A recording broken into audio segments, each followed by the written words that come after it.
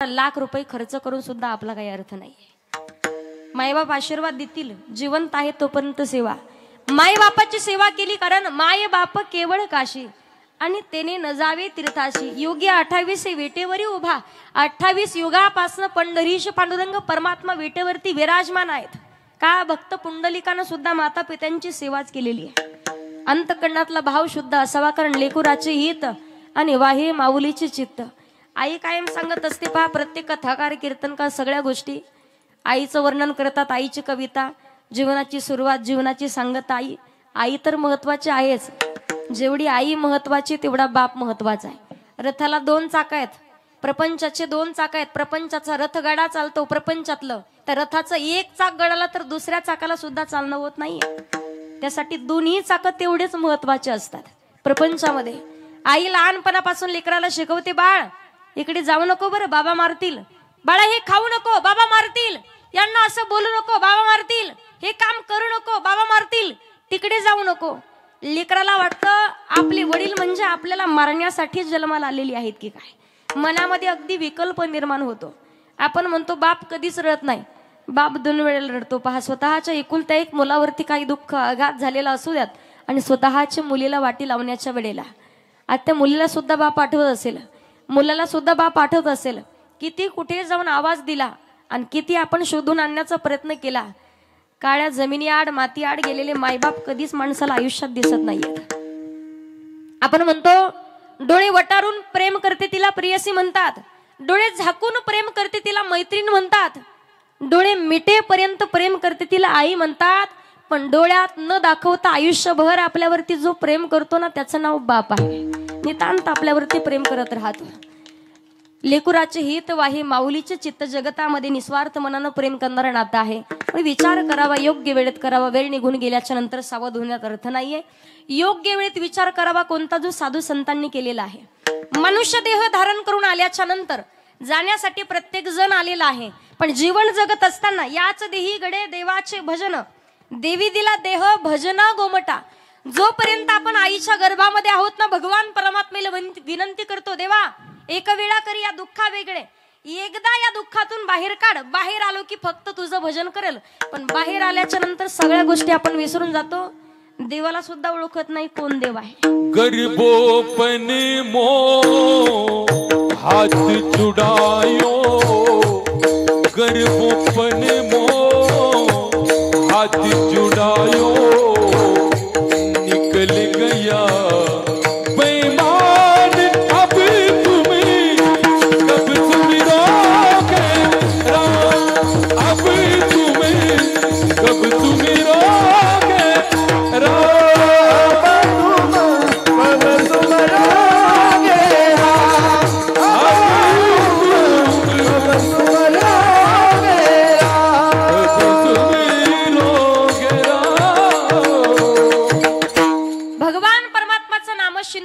साठी मनुष्य देह स्वाधीन केलेला आहे। या देहाचा उपयोग नेमका कसा करायचा आपल्या हातात आहे, कारण जन्माला येणं आणि मरण एवढी सोपी गोष्ट नाहीये। राजा परीक्षितीनं मनुष्य देह धारण करून आलेला आहे, पण त्याच्याही जीवनाचा उद्धार झालेला आहे। राजा मुळात पवित्र होता, अपवित्रालाही पवित्र करण्याची क्षमता ही भगवान परमात्माच्या नामचिंतनामध्ये आहे। आयुष्यभर पापाशिवाय दुसरं काहीच केलं नाही। ज्या आई वडिलांनी भगवान परमात्म्याला नवस केला, साधू संतांच्या चरणावरती नतमस्तक होऊन देहदंड देण्यासाठी सुद्धा, देह त्याग करण्यासाठी सुद्धा ज्यांनी पण केलेला होता, आत्मदेवाचा पुत्र धुंदुककारी।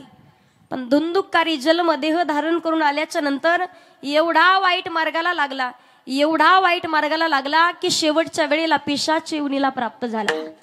पिशाची योनीला प्राप्त झाला। गोकर्णाच्या मुखातून 7 दिवस श्रीमद भागवत कथा श्रवण केली आणि चतुर्भुज रूप धारण करून प्रगट झाला, म्हणून त्यानं भागवत ग्रंथाला धन्यता दिलेली आहे 7 दिवसाच्या कालावधीत।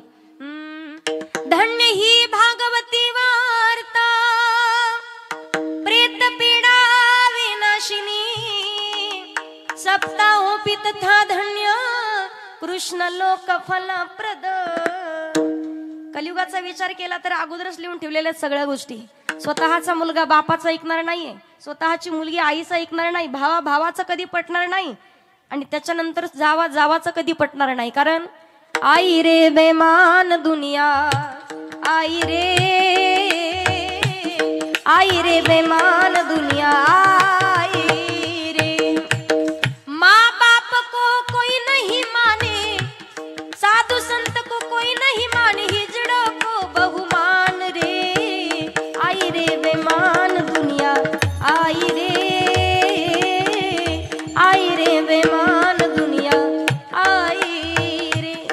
कलियुगाचं किती वर्णन केलं तरी एक गोष्ट चांगली सांगितली, कलियुगा माझी करावी कीर्तन आणि तेने नारायण देईल भेटी। विचार करावा जो संतांनी केलाय, जगद्गुरु तुकोबाराय, मबली ज्ञानोबाराय, संत एकनाथ महाराज, संत सावता महाराज, जो विचार भक्त मंडळींनी केलेला आहे, तुकोबारायांनी विचार केला म्हणून तर माझी मज झाली अनवर वाचा। छंद या नामाचा घेतलासे किंवा तुकिता तुलनेसी ब्रह्म तुकासी आले, आणि म्हणून रामेश्वरी चरणी मस्तक ठेवले। जगद्गुरु तुकोबारायांचा अधिकार आहे, ज्यांनी अखंड नामचिंतन करावं, ज्यांनी भगवान परमात्माचं नामचिंतन करत राहावं।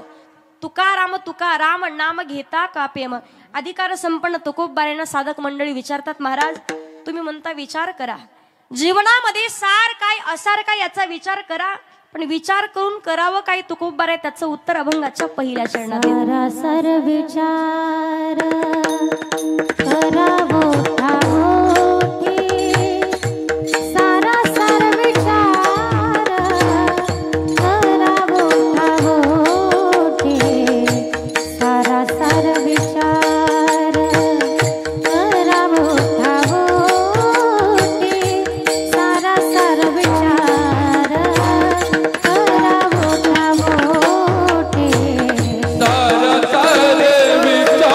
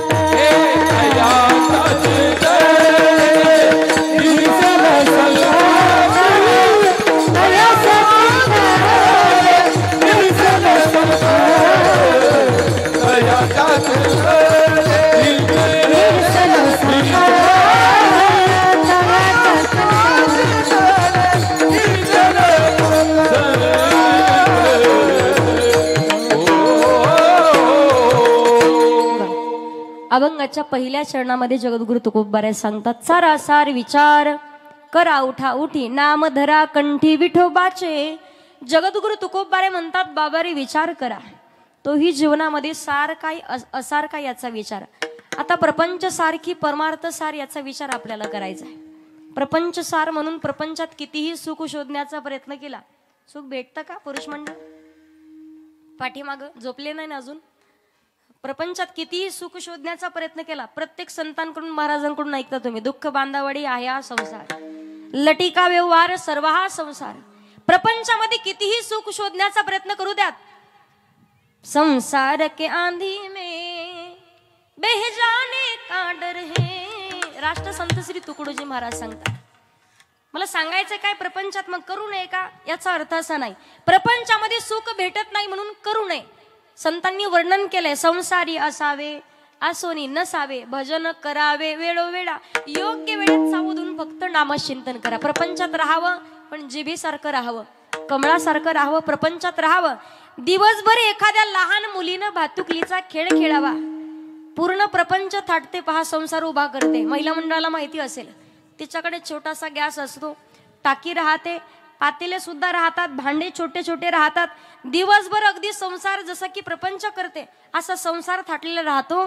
पण सायंकाळची वेळ व्हावी, आईनं शेतातून आल्याच्या नंतर आवाज द्यावा, ताई अगं काय करतेस. एका मिनिटात आईचा आवाज आल्याबरोबर दिवसभर थाटलेला संसार एका मिनिटात पिशवीत भरते आणि आईच्या आवाजाच्या दिशेने निघते. बस प्रपंचात तसं राहायचंय. संसारात राहावं कसं, पक्षी अंगणी उतरती ते का गुंतवणी राहती. दाणे टिपण्यासाठी आपल्या द्वारावरती येतात पण कायमचं घर करून राहत नाहीयेत. माझं माझं आपण म्हणतो पण कित्येक आपलं आहे. माणूस म्हणतो आपण ज्ञाता आहे, माणूस हुशार आहे, माणूस बुद्धिवान. बुद्धिवान प्राणी माणसाला म्हटलं जातं, पण बुद्धिवान का आहे, फक्त माणसाला बोलता येतं म्हणून आपण ती रचना केलेली की माणूस बुद्धिवान आहे. प्राणी जे आहेत पहा, घरामध्ये एखादा जीव असेल, उदाहरणार्थ महिला मंडळ, पुरुष मंडळी, तुमच्या घरात एखादा कुत्रा असू द्यात किंवा मांजर असू द्या. जी मांजर आहे ना, तुम्ही किती ठरवलं या मांजरीचा 2 वर्ष सांभाळ केला, आता कुठेतरी बाजूला नेऊन सोडून देऊ, पिशवीत तुम्ही एखाद्या बॅगेत भरलं, तिला गोणीत टाकलं आणि त्याच बॅगेत टाकून तुम्ही त्या मांजरीला सोडण्यासाठी 15, 20, 50 किलोमीटर अंतरावरती गेले. 15-20 किलोमीटर अंतरावरती सोडलं, तुम्ही घरी पोहोचण्याच्या आत ती मांजर तुमच्या घरी हजर असते.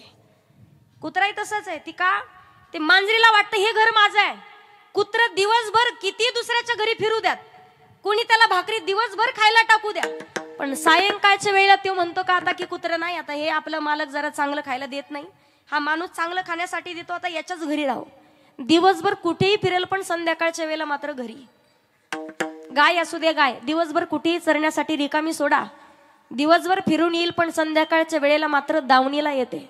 मुख्या जीवाला सुद्धा कळतंय की हेच घर आपलं आहे, त्या जीवानी सुद्धा तेच घर आपलं मानलंय आणि आपणही त्याच घराला आपलं मानतो. मग त्या जीवात आणि आपल्यात फरक काय. माणूस बुद्धिवान का, आपणच ठरवलं की माणसाला बोलता येतं म्हणून बुद्धिवान आहे.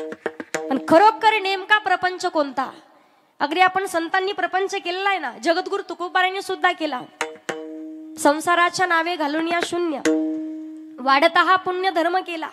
पण नेमका प्रपंच कोणता, नेमका संसार कोणता, याही गोष्टीचा विचार आपण केला पाहिजे. संसार करू नये अजिबात मत नाही, पण आपण पाहिलं या संसार नगरी बाजार भरला ग बाई, यात सुख नाही त्यात सुख नाही. किती सुख शोधण्याचा प्रयत्न केला, सुख शोधूनही सापडत नाही. संत वर्णन करतात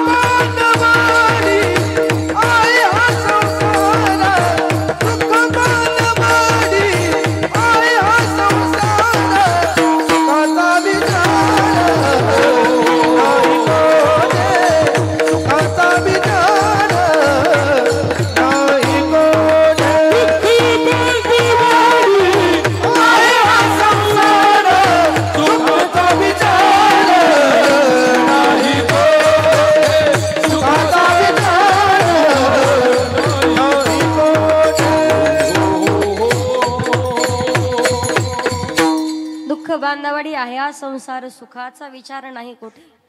प्रपंचात किती सुख शोधण्याचा प्रयत्न केला तर सुख शोधूनही सापडत नाही. सर्व सुखाची आशा जन्म गेला, सर्व सुखाची आशा जन्म गेला, क्षण एक मुक्ती यत्न नाही केला, क्षण एक मुक्ती यत्न नाही केला, हिंडता दिशा अखिल पावला,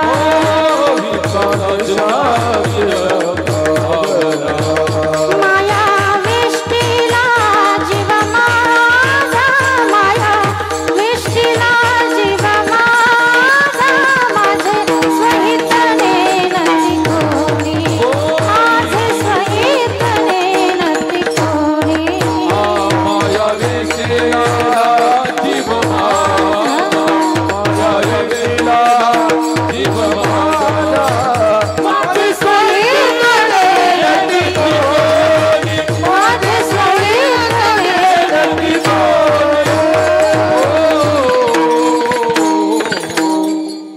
सर्व सुखाची आशा जन्मा वाया गेला. जन्म धारण करून आल्याच्या नंतर कोण कधी झाले सांगता येत नाही. नामचिंतन करण्यासाठी भगवान परमात्मानं अतिशय अनमोल असा नरदेह स्वाधीन केलेला आहे. मग प्रपंच सार की परमार्थ सार या गोष्टीचा विचार करून नामचिंतन कंठाशी धरावं. प्रपंच सार परमार्थ सार विचार जरी केला आपण जीवनात सार काय असार काय. उदाहरणार्थ तुम्हाला विचारेल नेमकं सार काय हे समजावून सांगण्याच्या अगोदर आंबा माहिती आता सध्याच्या काळात कालपासून आंबा खाण्यासाठी सुरुवात झाली प्रत्येकाची. आंबा पहा तुम्ही, आंब्याची कोय जर आपण काय पाहिली, आंब्याची कोय ही सार आहे की असार आहे? थोडस बोलत चला. असार आहे. आंब्याची आपण जर साल जर पाहिली वरची साल ती सार आहे की असार? आंब्याची कोय ती देखील असार आहे, पण आंब्याचा रस तो मात्र सार आहे. त्याच्यानंतर पाहिलं भुईमुगाची शेंग आहे. ते शेंग जे कवच आहे वरचं ते सार की असार? असार आहे. त्यामध्ये आतमध्ये जी शेंग निघते शेंगदाणा त्याला काय म्हणतात? तो सार की असार? सार. त्याच्यानंतर पेढ्याचं कवच सार आहे की असार? पेढ्याला कवच आहे का?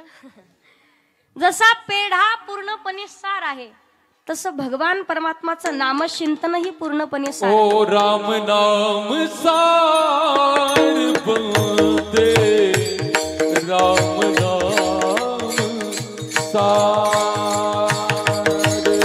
राम नाम सार बनते, राम सार. खाली आना खाली जाना इस जगत का नहीं ठिकाना. मत कर तू अभिमान बंदे, राम नाम सार, राम नाम सार बंदे,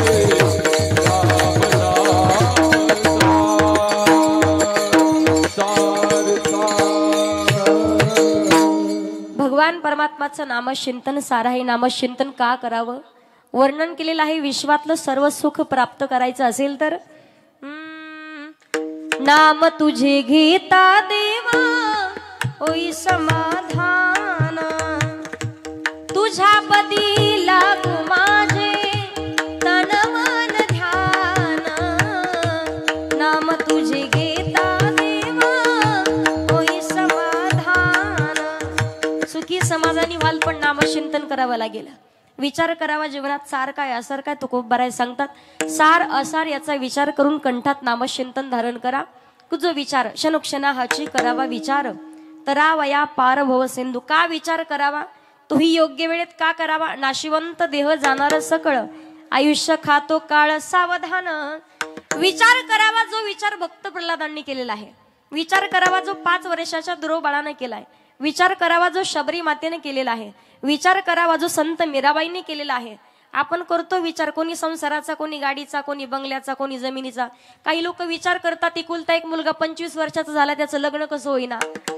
ज्या बाईला 4 सुना आल्या तीही विचार करते या माहेरी कधी जातील. प्रत्येकाच्या डोक्यात काही ना काहीतरी विचार आहे. नक्कीच लेकराचाही विचार केला पाहिजे, पण मुलंही तशी असले पाहिजे की नाही. मुलगा असावा. सध्याच्या काळात एक खंत वाटते पहा, रामकथा गावोगावी आपण श्रवण करतायत.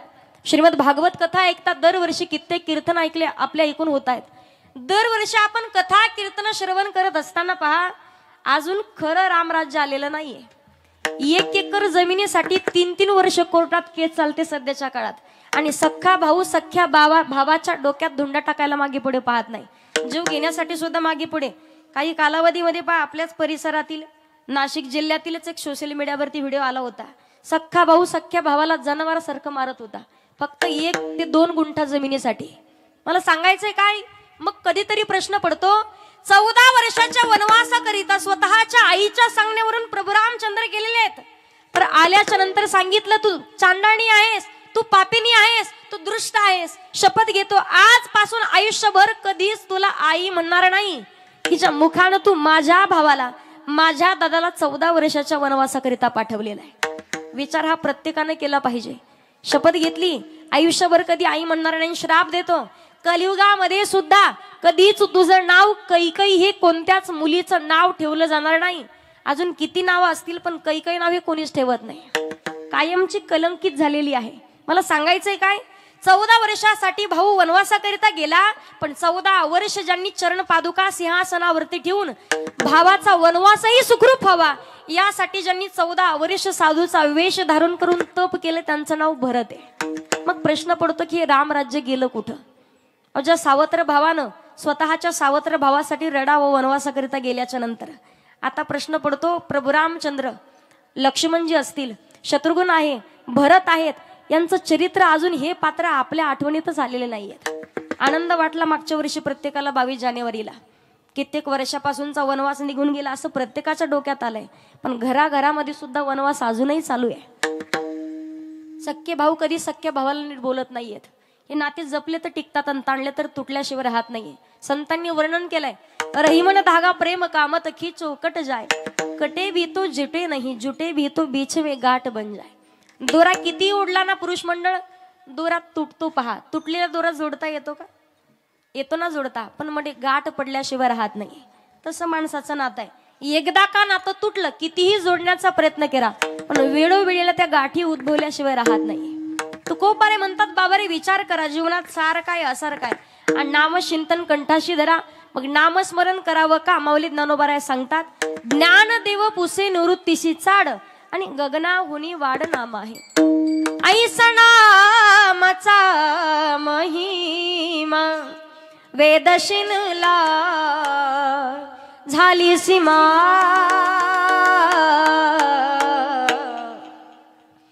घेता नाम विठ्ठल माझे, पर्वत जळती पापांचे, पर्वत जळती पापांचे, पर्वत जळती पापांचे, पर्वत जळती ऐसा नामाचा महिमा, ऐसा नामाचा महिमा वेदशिनला झाली सीमा, घेता नाम, नाम घेता नाम, घेता नाम विठोबाचे, पर्वत जळती पापांचे, पर्वत जळती पापांचे,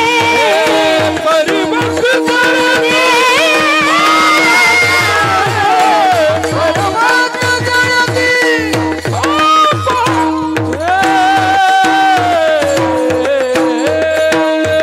घेता नाम विठोबाचे, पर्वत जळती पापाचे. ते जळती दोषाचे डोंगर, शुद्ध होती नारी रे. दोषाचे डोंगर, शुद्ध होती नारी रे. काती कादरी सहज पवित्र हरिकथा, जळती दोषाचे डोंगर, शुद्ध होती नारी रे. काती कादरी